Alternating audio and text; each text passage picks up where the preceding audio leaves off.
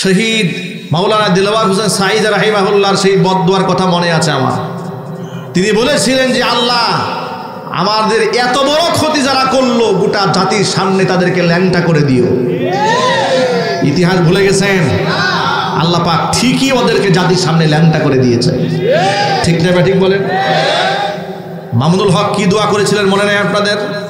সর্বশেষ তিনি মুবাহালা করেছিলেন। তিনি বলেছিলেন যে হে আল্লাহ, যারা আমার চরিত্রের উপর আঘাত দিয়েছে, আমি সত্যের উপর আছি, আমি কোনো পরনারীর সাথে জেনা করি নাই, ব্যভিচার করি নাই, আমি যদি মিথ্যাবাদী হয়ে থাকি তাহলে তোমার লানত আমার উপর বর্ষাও, আর আমি যদি সত্যবাদী হয়ে থাকি আমার উপরে যারা এই সমস্ত অপবাদ রটনা করেছে তাদের উপর তুমি লানত বর্ষণ করো। বারবার 3 বার এই শব্দ তিনি উচ্চারণ করেছেন। আল্লাহর ওলিদের চোখের পানি আর হৃদয়ের হাত, মুখের বদদুয়া একটাও বিফলে যায় নাই। আল্লাহ পাকের লানত আল্লামা মামুনুল হকের উপর পড়ে নাই। আল্লাহ পাক তাকে বর্তমান জামানার শ্রেষ্ঠ রাহবার বানিয়ে দিয়েছেন, মানুষের কলিজার মধ্যে স্থান করে দিয়েছেন। আর যারা তাকে চরিত্রহীন লম্পট বানাবার জন্য কাফের বেঈমানদের তাবেদারি করে মানুষের সামনে ছোট করার চেষ্টা করেছিল, আজকে ফাঁসির রায় তাদের উপর হয়ে প্রমাণ হয়েছে। আল্লাহ পাকের লানত তাদের উপর বর্ষিত হয়েছে। কথা বলতে হবে, ঠিক কিনা ওজোরে বলুন। শহীদ মাওলানা দিলওয়ার হোসেন সাঈদী রাহিমাহুল্লাহ আল্লাহর ওলি, এক কিংবদন্তি আলেম। মুখ থেকে যে কথাগুলো বের হতো মনে হচ্ছে আল্লাহর পক্ষ থেকে ইলহাম হয়েছে। ঠিক কিনা বলেন? প্রত্যেকটা কথা প্রজন্মের সাথে কেমনি মিলে যায়। বলেছিলেন যে তোমরা যারা আমাদেরকে মৌলবাদ বলো, তোমরা হচ্ছ আগাবাদী।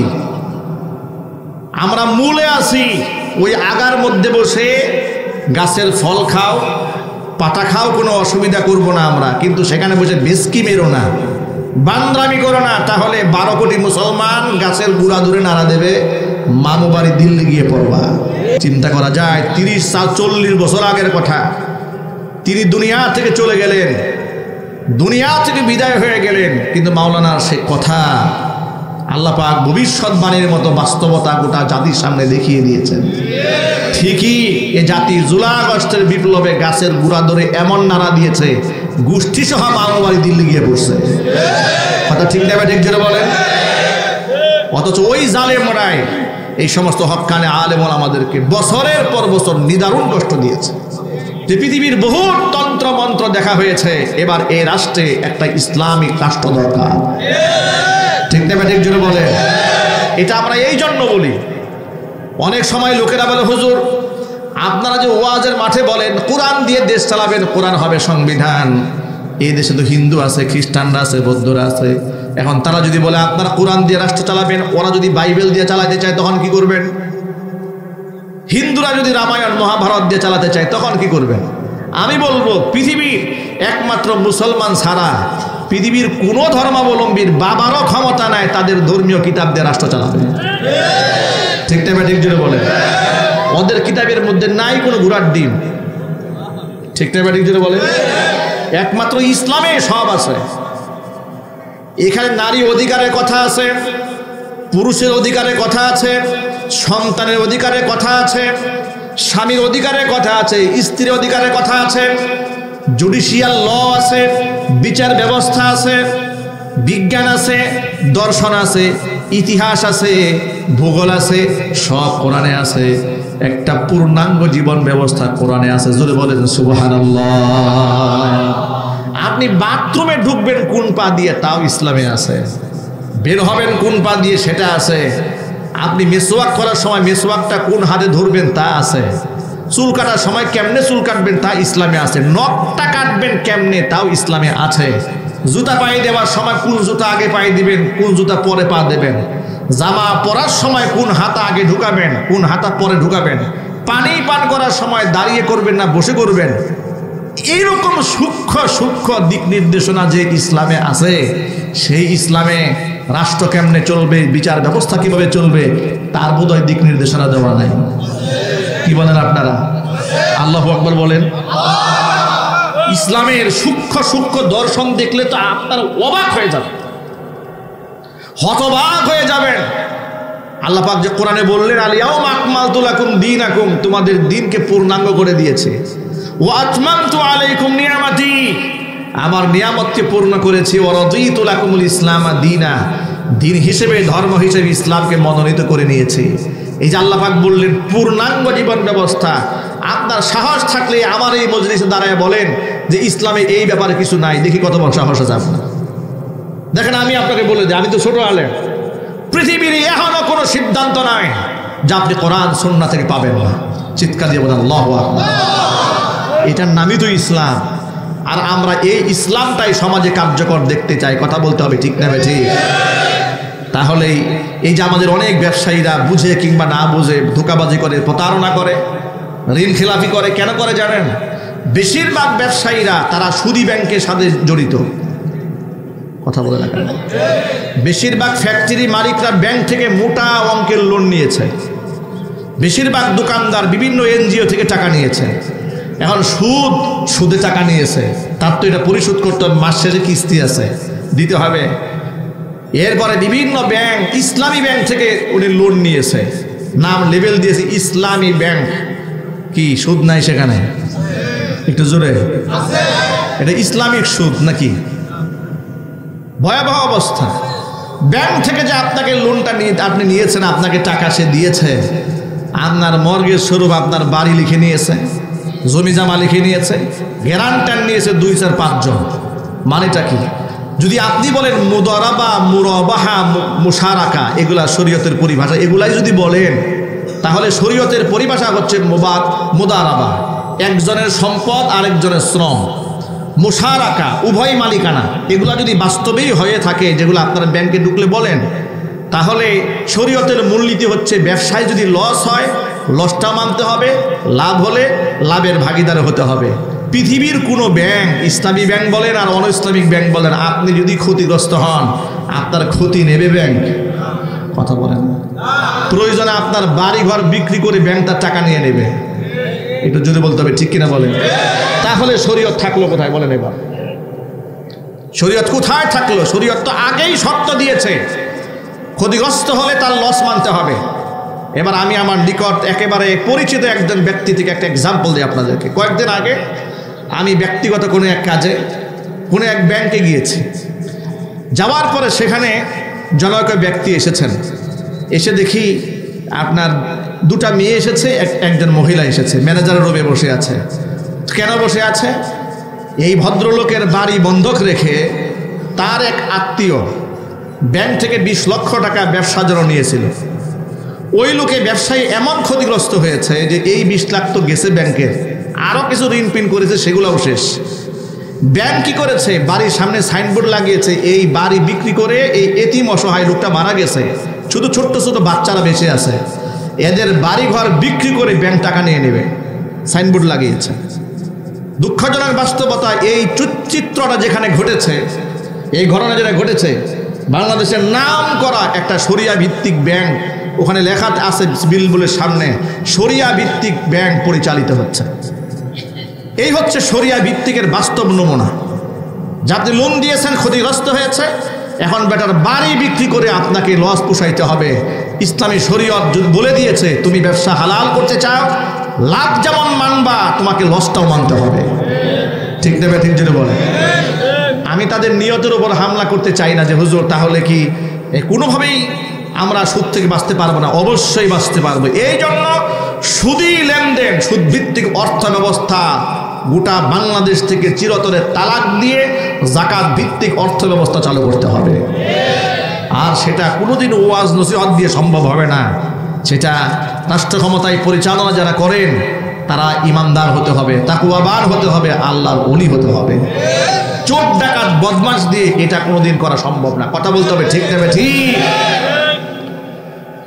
আমার প্রিয় ভাইয়েরা, মূল কথায় ফিরে আসি। ইমাম বুখারী রাহিমাহুল্লাহর কথা বলতেছিলাম। তিনি 10,000 টাকার প্রস্তাব পাওয়ার পরে সেই প্রস্তাব তিনি অ্যাকসেপ্ট করলেন না, গ্রহণ করলেন না। 5,000 টাকা দিয়ে পরবর্তীতে যারা এসেছেন তাদেরকে দিয়ে দিয়েছেন। এত বড় তাকওয়াবান ব্যবসায়ী তারা ছিলেন। এইরকম তাকওয়াবান ব্যবসায়ী যারা হবে, কিয়ামতের দিন আল্লাহ তাআলা তাদেরকে নবীদের সাথে হাসর নসিব করাইয়া দিবেন। আমরা আমাদের ব্যবসায়ী ভাইদের জন্য অন্তঃস্থল থেকে দোয়া করি, তারা যেন ধোঁকা, প্রতারণা এগুলা থেকে বাঁচতে পারেন, লোভ লালসা থেকে বাঁচতে পারেন, সৎ এবং ইনসাফ ভিত্তিক ব্যবসা বাণিজ্য পরিচালনা করতে পারেন। সেই তৌফিক আল্লাহ পাক আমার ব্যবসায়ী ভাইদেরকে দান করেন। একটু যদি বলেন আল্লাহুম্মা আমিন। আমি নিশ্চয়ই আমার এই আওয়াজগুলো ওই দোকানদার ব্যবসায়ী ভাইদের কান পর্যন্ত পৌঁছতে পেরেছি, এটা আমার দায়িত্ব ছিল। কারণ কোরআন আমাকে বলে দিয়েছে কান পর্যন্ত আওয়াজ পৌঁছায় দিতে হবে। তারা হয়তো জানে না, তারা বুঝে না, দিন থেকে তারা অনেক দূরে সরে আছে। আল্লাহ পাক আমার ব্যবসায়ী ভাইদেরকে হেফাজত করুন, কোরআন সুন্নাহ অনুযায়ী ব্যবসা বাণিজ্য পরিচালনার তৌফিক দান করুন, আসমান জমিনের বালা মুসিবত থেকে আল্লাহ তাআলা হেফাজত করুন। ভাইরা আমার, মূল কথায় ফিরে আসি। আমরা কোরআনের ময়দানে বসেছি আলেমদের কথা শোনার জন্য। আলেমরা নবীগণের ওয়ারিস। কার ওয়ারিস যদি বলেন তো ভাই? আলেমরা নবীগণের ওয়ারিস। আল্লাহর নবী সাল্লাল্লাহু আলাইহি সাল্লাম বলেছেন, ইন্নামাল উলামাউ ওয়ারাসাতুল আম্বিয়া, নিশ্চয় উলামারা নবীগণের ওয়ারিস। ওয়া ইন্নাল আম্বিয়া লাম ইউয়ারিসু দিনারাও ওয়ালা দিরহামা বাল ওয়ারাসুল ইলমা। আর নবীগণ এই পৃথিবীতে ওয়ারিস সূত্রে ধন সম্পদ টাকা পয়সা রেখে যান নাই, আসমানি ইলম রেখে গিয়েছেন। উত্তরাধিকার সূত্রে আলেমেরা ওই ইলমের উত্তরাধিকার হয়েছেন। যেই সমস্ত আলেমরা আসমানি ইলমের ধারক এবং বাহক হয়, তাদের সম্পর্কে আল্লাহর নবী বলেন, ফাদলুল আলিমি আলাল আবিদি কাফাদলি আলা আদনাকুম। ও সাহাবীরা, তোমাদের সাহাবীদের মধ্যে সবচেয়ে আদনা তবকার সাহাবীর উপর আমি নবীর মর্যাদা যেমন, এই সমাজের মধ্যে সাধারণ আবেদ মুসল্লি যারা, তাদের উপরে একজন আলেমের মর্তবা আল্লাহর কাছে ঠিক তেমন। আলেমদের কত মর্যাদা কোরআনে আল্লাহ পাক বলেছেন। ও নবী, আপনি বলুন তো, কুল হাল ইয়াস্তাবিল্লাযীনা ইয়ালামুনা ওয়াল্লাযীনা লা ইয়ালামুন ইন্নামা ইয়াতাযাক্কারু উলুল আলবাব। আপনি বলেন, যারা আলেম আর যারা আলেম নয় তারা কি কোনোদিন সমান হতে পারে? জোরে বলেন, হতে পারে? কোনোদিন হতে পারে না। সূরা ফাতিরের মধ্যে আল্লাহ বলেছেন কেন সমান হবে না? শোনো, ইন্নামা ইয়াখশাল্লাহা মিন ইবাদিহিল উলামা। আমার বান্দাদের মধ্যে একমাত্র আলেমরাই, কেবলমাত্র শুধুমাত্র আলেমরাই আমি আল্লাহকে সবচাইতে বেশি ভয় করে। জোরে বলেন সুবহানাল্লাহ। আলেমরা এই জাতির ইমানের যেমন পাহারাদার, কোরআন সুন্নাহর ইলমের পাহারাদার, এমনকি এ রাষ্ট্রের, এই সমাজের সাধারণ মানুষের জাগতিক সমস্যার সম্মুখীন হলেও আলেমরাই মানবতার কান্ডারি হয়ে এই মানুষের পাশে সবার আগে দাঁড়িয়ে যায়। কারণ ইসলাম, কোরআন সুন্নাহ আলেমদেরকে মানবতাবাদী বানিয়েছে। মানবতা বিরোধী অপরাধ পৃথিবীর কোন আলেম করেছে বলে ইতিহাস কেউ প্রমাণ করতে পারবে না। কথা ঠিক না ব্যাঠিক জোরে বলে? মানবতা বিরোধী অপরাধ পৃথিবীর কোন আলেম কোনোদিন করেছে? আমার কথা বুঝতে কষ্ট হচ্ছে আপনাদের? মানবতা বিরোধী অপরাধ পৃথিবীর কোন আলেম কখনো করেছে? কিন্তু এই বাংলাদেশে স্বৈরাচারের আমলে হক্কানি আলেম ওলামাদেরকে মানবতা বিরোধী অপরাধ করেছে বলে মিথ্যা মামলা দিয়ে বছরের পর বছর আলেমদেরকে কারাগারে বন্দী করে রেখে দিয়েছে। শহীদ মাওলানা দেলোয়ার হোসেন সাঈদী রাহিমাহুল্লাহ, আল্লাহর ওলি, এক কিংবদন্তি আলেম। মুখ থেকে যে কথাগুলো বের হতো মনে হচ্ছে আল্লাহর পক্ষ থেকে ইলহাম হয়েছে। ঠিক কিনা বলেন? প্রত্যেকটা কথা প্রজন্মের সাথে কেমনি মিলে যায়।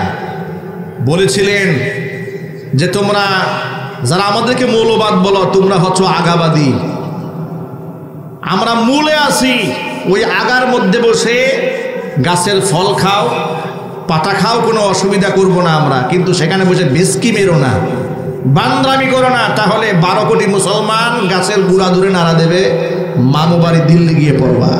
চিন্তা করা যায় 30-40 বছর আগের কথা। তিনি দুনিয়া থেকে চলে গেলেন, দুনিয়া থেকে বিদায় হয়ে গেলেন, কিন্তু মাওলানার সে কথা আল্লাহ পাক ভবিষ্যৎবাণীর মতো বাস্তবতা গোটা জাতির সামনে দেখিয়ে দিয়েছেন। ঠিকই এ জাতি জুলাই আগস্টের বিপ্লবে গাছের গুড়া ধরে এমন নাড়া দিয়েছে, গোষ্ঠী সহ মানবাড়ি দিল্লি গিয়ে পড়ছে।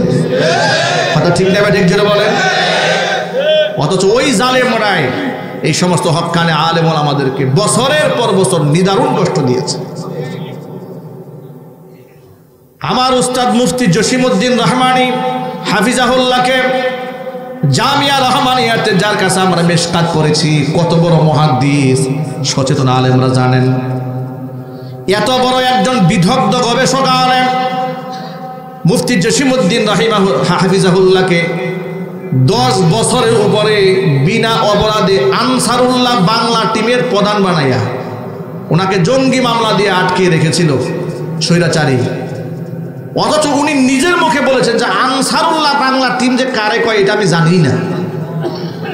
ওই টিমের প্রধান বানিয়ে ওনাকে 10 বছরের উপরে অন্ধকার কারাগারে বন্দি করে রেখে দিয়েছে। ওই জালেমের পতন যদি না হইতো তাহলে আরো যে কত আলেমকে ফাঁসির মঞ্চে ঝুলতে হতো এটা আল্লাহ পাক ভালো জানেন। কথা ঠিক নেবে ঠিক ছিল বলেন।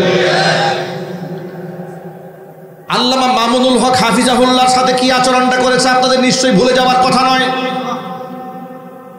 নিজের স্ত্রীকে দিয়ে স্বামীর বিরুদ্ধে ধর্ষণের মামলা দিয়েছে, স্ত্রীকে আটকায় রেখে জোরপূর্বক জবানবন্দি নিয়েছে, স্বামীর বিরুদ্ধে স্টেটমেন্ট না দিলে সন্তানদেরকে মেরে ফেলবো। বেচারি ভয়ে আতঙ্কে স্বামীর বিরুদ্ধে মামলা করতে বাধ্য হয়েছে। স্বৈরাচারের পতন হয়েছে, সেই মামলা থেকে তাকে বেকসুর খালাস দেওয়া হয়েছে। জাতির সামনে প্রমাণিত হয়েছে যে আল্লাহর দ্বীনের পথের পথিক যারা মর্দে মুজাহিদ আলেম ওলামারা চরিত্রহীন লম্পট নয়, বরং আলেমদের চরিত্রে যারা হানা দেয় এরাই হচ্ছে জাতীয় লম্পট। ওই সময় আজকের সেই স্বৈরাচারী লেডি ফেরাউন, নব্য ফেরাউন, বর্তমান প্রজন্মের একেবারে আধুনিক ফেরাউন, লেটেস্ট ভার্সন স্বৈরাচারী হাসিনা, খুনি হাসিনার ফাঁসির রায় হয়েছে। তার তৈরিকৃত ট্রাইব্যুনালে তার ফাঁসির রায় হয়েছে। আপনারা একটু কল্পনা করেন, শহীদ মাওলানা দিলওয়ার হোসেন সাঈদ রাহিমাহুল্লাহর সেই বদদুয়ার কথা মনে আছে আমার। তিনি বলেছিলেন যে আল্লাহ আমাদের এত বড় ক্ষতি যারা করলো গোটা জাতির সামনে তাদেরকে ল্যাংটা করে দিও। ইতিহাস ভুলে গেছেন? আল্লাহ পাক ঠিকই ওদেরকে জাতির সামনে ল্যাংটা করে দিয়েছে। ঠিক না ঠিক বলেন? মামুনুল হক কি দোয়া করেছিলেন মনে নেই আপনাদের? সর্বশেষে তিনি মুবাহালা করেছিলেন। তিনি বলেছিলেন যে হে আল্লাহ, যারা আমার চরিত্রের উপর আঘাত দিয়েছে, আমি সত্যের উপর আছি, আমি কোনো পরনারীর সাথে জেনা করি নাই, ব্যভিচার করি নাই, আমি যদি মিথ্যাবাদী হয়ে থাকি তাহলে তোমার লানত আমার উপর বর্ষাও, আর আমি যদি সত্যবাদী হয়ে থাকি আমার উপরে যারা এই সমস্ত অপবাদ রটনা করেছে তাদের উপর তুমি লানত বর্ষণ করো। বারবার 3 বার এই শব্দ তিনি উচ্চারণ করেছেন। আল্লাহর ওলিদের চোখের পানি আর হৃদয়ের হাত, মুখের বদদুয়া একটাও বিফলে যায় নাই। আল্লাহ পাকের লানত আল্লামা মামুনুল হকের উপর পড়ে নাই। আল্লাহ পাক তাকে বর্তমান জামানার শ্রেষ্ঠ রাহবার বানিয়ে দিয়েছেন, মানুষের কলিজার মধ্যে স্থান করে দিয়েছেন। আর যারা তাকে চরিত্রহীন লম্পট বানাবার জন্য কাফের বেঈমানদের তাবেদারি করে মানুষের সামনে ছোট করার চেষ্টা করেছিল, আজকে ফাঁসির রায় তাদের উপর হয়ে প্রমাণ হয়েছে আল্লাহ পাকের লানত তাদের উপর বর্ষিত হয়েছে। কথা বলতে হবে, ঠিক কিনা বলুন? দুনিয়াতে বেঁচে থাকতে গেলে, আল্লাহর দাসত্ব করতে গেলে রিজিকের প্রয়োজন হয়। সেই রিজিকের সুবাদে কেউ ব্যবসা করেন, কেউ কৃষিকাজ করেন, কেউ চাকরি করেন, বিভিন্ন পেশায় মানুষেরা নিয়োজিত হয়। কিন্তু ওই পেশাটাই আমাদের মূল এবং কাঙ্ক্ষিত উদ্দেশ্য নয়। আমাদের উদ্দেশ্য হচ্ছে পৃথিবীতে থেকে আল্লাহর দাসত্ব করা। ঠিক না ঠিক জোরে বলে? আল্লাহর গোলামিটাই সবার আগে। দুঃখজনক বাস্তবতা, ব্যবসাকে আল্লাহ পাক হালাল করেছেন, সুদকে আল্লাহ হারাম করেছেন। কিন্তু আজকের পৃথিবীতে অধিকাংশ ব্যবসায়ীরা অসৎ পন্থা অবলম্বন করে বিধায় নবী করিম সাল্লাল্লাহু আলাইহি ওয়াসাল্লাম ব্যবসায়ীদের ব্যাপারে ১৫০০ বছর আগে একটা সতর্ক বাণী উচ্চারণ করেছেন। মাইকের আওয়াজ বাহিরে যাচ্ছে, কথাগুলো নিশ্চয়ই আমার ব্যবসায়ী বন্ধুগণেরা মনোযোগ সহকারে শুনবেন। কারণ জীবিত থাকা অবস্থায় যদি হেদায়েত গ্রহণ না করেন, মরার পরে পাবলিক খতমে খাজগান করে আর সূরা ইয়াসিনের খতম দিয়ে আপনাকে নাজাত এবং মুক্তির পথ বের করতে পারবে না। ঠিক কিনা? নবী করিম সাল্লাল্লাহু আলাইহি সাল্লাম বলেছেন, ইউহশারুত তুজ্জারু ইয়াউমাল কিয়ামাতি ফুজ্জারান। কিয়ামতের দিন ব্যবসায়ীদেরকে পাপিষ্ঠ হিসেবে আল্লাহর দরবারে হাজির করা হবে। ইল্লা মানিত্তাকা ওয়া সাদ্দাকা, তবে সব ব্যবসায়ী নয়। যে ব্যবসায়ীরা সৎ, আমানতদার, বিশ্বস্ত, তাদের হিসাবটা আলাদা। তাদের ব্যাপারে অন্য একটা হাদিসের মধ্যে এসেছে, আত-তাজিরু সাদুকুল আমিন মা'আন নাবিয়্যিন ওয়াস সিদ্দিকিন ওয়াস শুহাদা আও কামা ক্বালা আলাইহিস সালাতু ওয়াসসালাম। আল্লাহর নবী বলেন, সত্যবাদী আমানতদার ব্যবসায়ীদের হাসর হবে কিয়ামতের দিন নবীদের সাথে, শহীদদের সাথে, সালিহিনদের সাথে। চিৎকার দিয়ে বলেন সুবহানাল্লাহ। সত্যবাদী এবং আমানতদার ব্যবসায়ী, ব্যবসা হালাল, এতে কোনো সন্দেহ নাই। সাহাবায়ে কেরাম ব্যবসা করেছেন। মুহাজির সাহাবীরা হিজরত করে মক্কা ছেড়ে মদিনায় যাওয়ার পরে তারা ব্যবসা করেছেন। আব্দুর রহমান ইবনে আউফ রাদিয়াল্লাহু তাআলা আনহু প্রতিষ্ঠিত বড় ব্যবসায়ী ছিলেন। নবী করিম সাল্লাল্লাহু আলাইহি সাল্লামের ইন্তেকালের পরে আব্দুর রহমান ইবনে আউফ রাদিয়াল্লাহু তাআলা আনহু সম্পদ আল্লাহ তাআলা এত বৃদ্ধি করে দিলেন ব্যবসা করতে করতে, যে মদিনার মধ্যে খাদ্য সংকট দেখা দিল, দুর্ভিক্ষ দেখা দিয়েছে।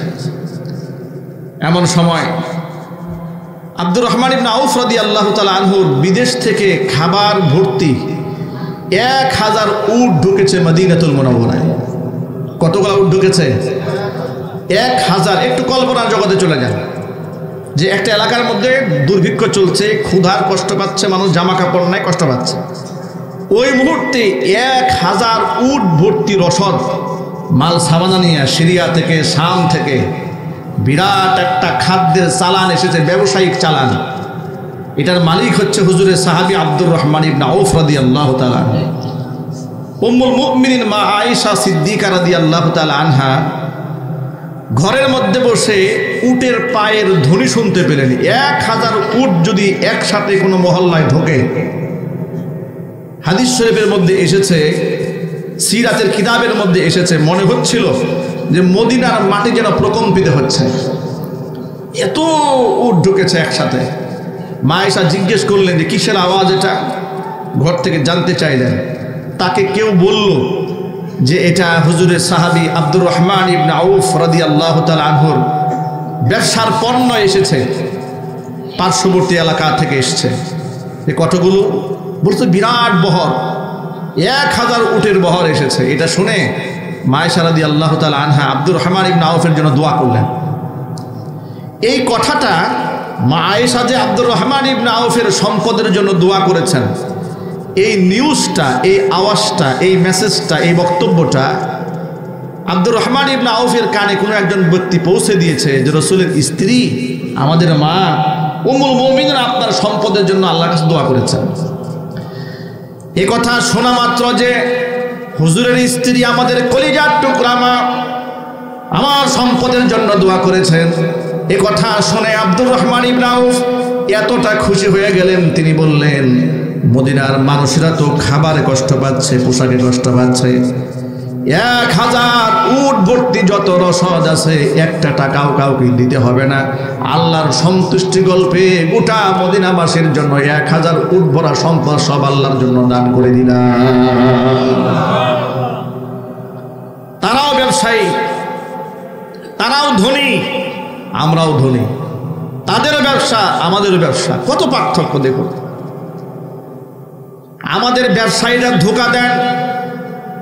নবী করিম সাল্লাল্লাহু আলাইহি ওয়াসাল্লাম এক খাবার ব্যবসায়ীর পাশ দিয়ে হেঁটে যাচ্ছিলেন, দেখতে পেলেন খাবারের স্তূপ নিয়ে ব্যবসায়ী বসে আছেন। নবীজি সাল্লাল্লাহু আলাইহি ওয়াসাল্লাম খাবার ভিতরে হাত ঢুকাই দিলেন। খাবার স্তূপের ভিতরে হাত ঢুকাই দেওয়ার পরে আসাবাতুল বালাল, হাতের মধ্যে ভিজা ভিজা লেগেছে। নবী করিম সাল্লাল্লাহু আলাইহি ওয়াসাল্লাম দোকানদারকে জিজ্ঞেস করলেন, এই ব্যবসায়ী লোকটাকে বলছেন যে খাবারের নিচে অংশে একটু ভিজা লাগলো, কারণটা কি? ব্যবসায়ী জবাব দিয়ে বলছেন, হে আল্লাহ রাসূল, আসাবাতহুস সামা, বৃষ্টির পানি পড়েছিল, কিছু পানি ভিতরে ঢুকে গেছে। হুজুর বললেন তাহলে তুমি এটাকে পরিবর্তন করে নিচে যে পানি পড়ে ভিজে গেছে এই খাবারগুলো উপায় উঠে রাখতা। যে ক্রেতা তোমার কাছে খাবারটা কিনতে আসবে সে তো দেখবে না যে নিচে কিছু অংশ ভিজা আছে, তুমি তো সমলে সব দিয়ে দিবা। সে শুকনা মনে করে খাবার কিনবে আর তুমি ভিজা সহ দিয়ে দিবে, কি এটা কি ধোঁকাবাজি হবে না? মনে রেখো, মান গাসসা ফালাইসে মিন্নি। হুজুর এরপরে বললেন যে ব্যক্তি ধোঁকা দেয় সেই ব্যক্তি আমি মুহাম্মদ সাল্লাল্লাহু আলাইহি সাল্লামের উম্মতের অন্তর্ভুক্ত নয়। ইসলাম আমাদেরকে একটা পূর্ণাঙ্গ জীবন ব্যবস্থা দান করেছে। চিৎকার দিয়ে এখন আল্লাহু আকবার। ইসলাম আমাদেরকে শুধু নামাজের কথা বলেন নাই, শুধু রোজার কথা বলেনি, শুধুমাত্র মুখে দাড়ি রাখার কথা বলেনি, শুধু মাথায় টুপি আর পাগড়ি আর জুব্বার কথা বলেনি। ইসলাম আমার জীবনের এখনো কোনো অংশ নাই যেখানে ইসলাম সমাধান দেন নাই। জোরে বলেন সুবহানাল্লাহ। ইসলাম সকল ক্ষেত্রে সমাধান দিয়েছে। এই জন্য কোরআন মাজিদ আল্লাহ পাক সূরা ইব্রাহিমের মধ্যে বলেন, নবীজি ওয়ানাজ্জালনা আলাইকাল কিতাব, আল্লাহ পাক বলেন আপনার উপরে এমন একটা কিতাব নাজিল করে দিয়েছি, তিবিয়ানাল লিকুল্লি শাইইন, সব কিছুর বর্ণনা খুলে খুলে দিয়েছে। জোরে বলেন সুবহানাল্লাহ।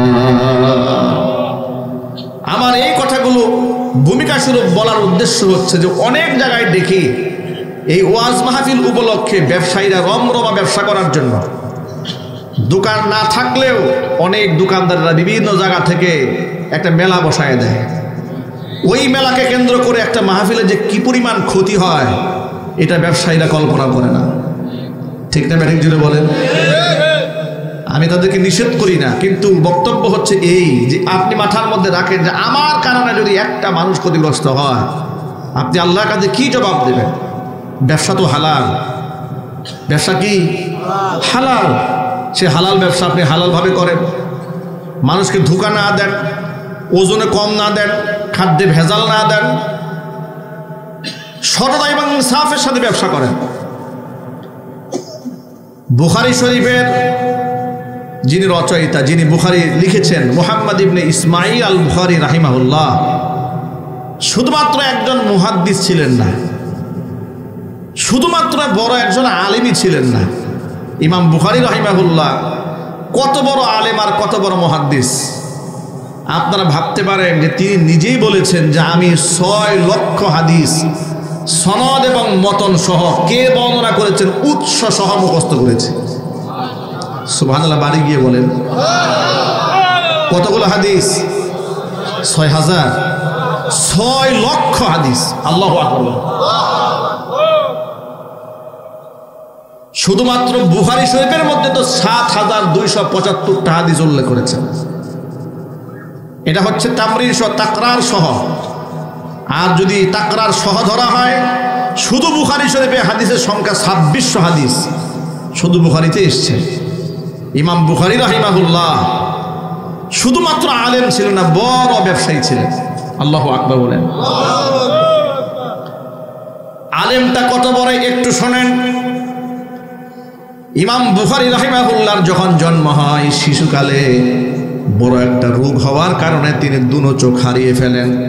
একেবারে শিশুকালে মুহাম্মদ ইবনে ইসমাঈল আল বুখারী, বুখারাতে তার জন্ম।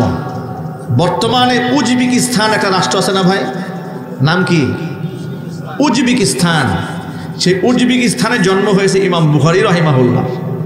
মক্কাতেও জন্ম হয় নাই, মদিনাতেও জন্ম হয় নাই, বুখারা শহরে জন্ম নেওয়া একটা ছেলে সারা পৃথিবীর আসহুল কিতাব বাদা কিতাবিল্লাহ, আল্লাহর কিতাব কোরআন মাজিদের পরে আসমানের উপরে, আসমানের নিচে জমিনের উপরে সর্বাধিক বিশুদ্ধ কিতাব যিনি রচনা করেছেন তিনি হচ্ছেন মুহাম্মদ ইবনে ইসমাঈল আল বুখারী রাহিমাহুল্লাহ। চিৎকার দিয়ে বলেন আল্লাহু আকবার। বাবা ছিলেন বড় ব্যবসায়ী, মা ছিলেন বড় আবেদা। কেমন মা হলে যার গর্বে সন্তান ইমাম বুখারী হয় একটু কল্পনা করেন। এটা আমাদের সমাজের নারীদের মতো নারী নয়, এমন মা তিনি ছিলেন। ছোট্ট ইমাম বুখারী যখন তার গর্ভ থেকে দুনিয়াতে এসেছে, কিছুদিন পরেই মারাত্মক একটা রোগে আক্রান্ত হয়ে তিনি দুনো চোখ হারিয়ে ফেলেন। ছোট্ট বাচ্চারা চোখে দেখতে পান না, মা সবসময় চোখের পানি ছেড়ে আল্লাহর কাছে কান্না করে বলেন, রব্বুল আলামিন তুমি আমার সন্তানের দৃষ্টি ফিরিয়ে দাও, তুমি রহমত দান করো, আমার সন্তানকে তুমি বড় বানাও, সব সময় দোয়া করেন। রাতের আধারে একদিন স্বপ্ন যোগে শুনতে পান কে যেন অদৃশ্য থেকে ডেকে ইমাম বুখারীর মাকে ডেকে বলছেন, তোমার সন্তানকে সুস্থতার নিয়ামত দান করা হয়েছে। ঘুম থেকে উঠলেন, ঘুম থেকে উঠে ছোট্ট বাচ্চা 2-3 বছর বয়স, বাচ্চার দিকে তাকিয়ে দেখে বাচ্চা এখন আর অন্ধ নয়, আর বাচ্চাকে আল্লাহ রাব্বুল আলামিন দুনো চোখের দৃষ্টি ফিরিয়ে দিয়েছেন। দৃষ্টি ফিরিয়ে দেওয়ার মালিক কে? সুস্থতার নিয়ামত দেওয়ার মালিক কে? এমন প্রখর মেধা আল্লাহ পাক তাকে দান করলেন। মাত্র 12 বছর বয়সে, কোন কোন কিতাবের মধ্যে এসেছে 30,000, কোন বর্ণনার মধ্যে এসেছে মাত্র 12 বছর বয়সে 70,000 হাদিস সনদ এবং মতন সহ মুখস্থ করে ফেলেছিলেন। আবার একদিক থেকে কোরআনে কারিমের হাফেজও হয়ে গেছে, হিফজও করা শেষ 12 বছর বয়সে, আবার সাথে সাথে 70,000 হাদিস মুখস্থ করা শেষ। গোটা জীবনে 6 লক্ষ হাদিস মুখস্থ করেছেন সনদ এবং মতন সহ। আল্লাহু আকবার বলেন। এত বড় মাপের একজন মুহাদ্দিস, আর ইলম সম্পর্কে, আমল সম্পর্কে বর্ণনার তো কোনো শেষ নাই। তিনি বলেন, আমি বুখারীর এক একটা হাদিস লেখার আগে, প্রত্যেকটা হাদিস লেখার আগে নতুন করে ওযু করেছি, গোসল করেছি, 2 রাকাত নামাজ আদায় করেছি। নামাজ আদায় করার পরে আল্লাহর কাছে সাহায্য প্রার্থনা করেছি, আল্লাহর কাছে সাহায্য নিয়ে এক একটা হাদিস লিখেছি। এত আজমতের সাথে লিখেছি, আল্লাহ পাক সেই সমস্ত আজমত আর মোহাব্বত, হুজুরের হাদিসের উপরে তার মোহাব্বত ভালোবাসা থাকার কারণে আল্লাহ পাক এই দুনিয়াতে আল্লাহর কোরআনের পরে তার লিখিত হাদিস সংগ্রহিত বুখারীর কিতাব তামাম দুনিয়ার মধ্যে সবচাইতে দামি বানিয়ে দিয়েছেন। ইমাম বুখারী রাহিমাহুল্লাহ 194 হিজরিতে জন্মগ্রহণ করেন। এরপরে 254 হিজরিতে তিনি জমিন থেকে বিদায় হন। মাত্র 52 থেকে 53 বছর হায়াত পেয়েছেন। মাত্র এই এতটুকু সময়ের মধ্যে ইলমের জগতের এমন এক সম্রাটের বিদায় হয় দুনিয়া থেকে। অসংখ্য কিতাবের মধ্যে এসেছে ইমাম বুখারীকে যে মাটিতে কবর দেওয়া হয়, সেই মাটি থেকে তার ইন্তেকালের পরে এক মিশকের সুঘ্রাণে গোটা এলাকা ছড়িয়ে পড়ে। আল্লাহু আকবার বলেন। শুধুমাত্র মুহাদ্দিস নন, কত বড় একজন সৎ ব্যবসায়ী ছিলেন, একটা এক্সাম্পল দেওয়ার জন্য মূলত ইমাম বুখারীর জীবনীটা একটুকুনি টেনেছে না। ইমাম বুখারী রাহিমাহুল্লাহ তাআলা তিনি পৈতৃক সূত্রে বড় সম্পদের মালিক হয়ে যান। বাবা বড় ব্যবসায়ী ছিলেন, সেই সূত্রে পৈতৃকভাবে অনেক সম্পদের মালিক হন। অনেক অসংখ্য জায়গা জমি থাকে, সেগুলো বর্গা দিয়ে রাখেন, সেগুলো লভ্যাংশ আসে। আবার কিছু মালামাল তিনি লোকের মাধ্যমে ক্রয় বিক্রয় করেন। এভাবে ব্যবসা চলে। ব্যবসা চলছে, একদিন দোকানে বসলেন, বসার পরে কিছু ক্রেতা এসেছেন তার কাছে। আসার পরে তাদের সাথে মালামাল নিয়ে দাম দর চলছে। তিনি মনে মনে সিদ্ধান্ত নিলেন যে আমার এই পণ্যটা আমি 5,000 টাকা যদি তারা ক্রেতা বলে তাহলে আমি বিক্রি করে দেব। কিন্তু ক্রেতা এখনো কোনো দাম বলে নাই। তিনি মনে মনে ভেবেছেন যদি ওনারা 5,000 টাকার মতো বলে আমি এটা দিয়ে দেব। কিন্তু ক্রেতারা কোনো দাম বলেন না, বলে চলে গেছে। বলেছে যে আমরা 2 দিন পরে জানাবো আপনার এই পণ্যটা আমরা নেব কিনা। তারা চলে গেছে। চলে যাওয়ার পরে এই 2 দিনের মধ্যে তারা আর ফিরে আসেন। এই মাঝখান থেকে আরেক দল ক্রেতা এসেছে তার কাছে, এসে ওই একই পণ্যের দাম 10,000 দিরহাম বলেছে। 10,000 দিরহাম প্রস্তাব দেওয়ার পরে ইমাম বুখারী বললেন যে না, এটা আপনাদের কাছে বিক্রি করা যাবে না। তারা বললেন কেন? বলে এটা আমি অন্যের কাছে বিক্রি করার জন্য আমি মনস্থ করেছি। তো কেন, কি মনস্থ করলেন? বলে আমি মনস্থ করেছি যে একদল লোক এসেছিল, আমি মনে মনে সিদ্ধান্ত নিয়েছিলাম এদের কাছে আমি 5,000 টাকায় বিক্রি করব। আপনি 10,000 টাকা বলেছেন, এটা আপনার কাছে আমি দেব না।